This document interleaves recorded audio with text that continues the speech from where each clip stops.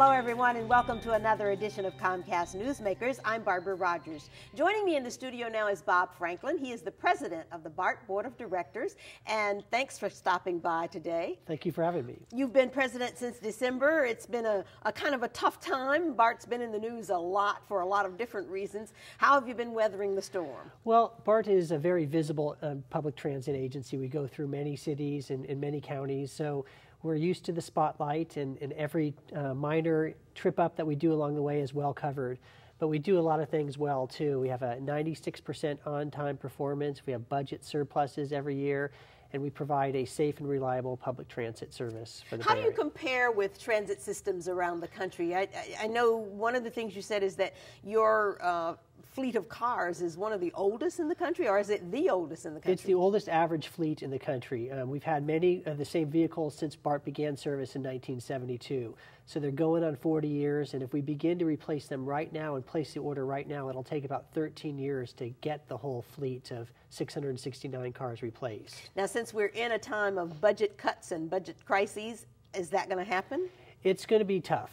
We have the first $1 billion of the $3.4 billion already identified for the funding, but beyond that, it's going to be hard. So we have the first order of 200 cars that we can place, and beyond that, we'll probably have to go to the voters of the Bay Area to see if this is a worthwhile project compared with everything else that they face, with the cuts in city services and police and fire. And BART will be among those competing for the public's dollars. So 200 cars represents what percentage of the fleet? About a third of the fleet. Okay, so maybe a third new cars and a third not so new, and a third up in the air.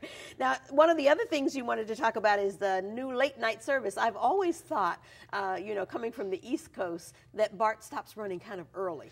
Yeah, the last train leaves downtown San Francisco right now about 12:26 p.m. So in February, we're planning to start to keep service open to leave the Embarcadero station at 1 a.m.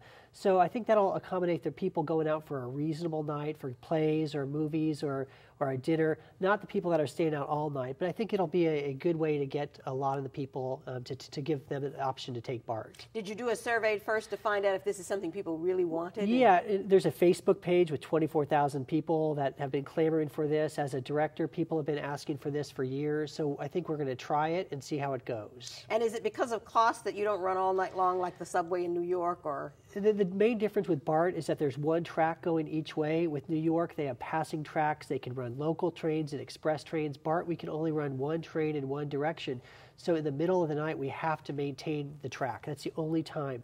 So we have to keep that maintenance window intact. So if we stay open 2 hours later, it affects our maintenance and it affects the safety of our system. Now, one of the other things that became sort of controversial recently and caused a lot of trouble for you was the interruption of cell phone service. What is the policy, and is there a new policy because of that? Well, we had a policy that went to the board October 27th.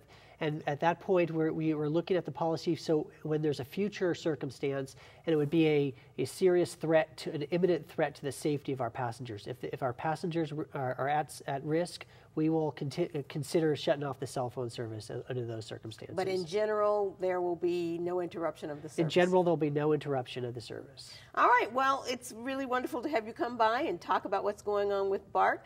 And it really is a wonderful service to have, because anything that saves you from having to drive is, in my estimation, a good thing. We're great, and our ridership is doing great. We're up to about 380,000 people take it every day. Okay.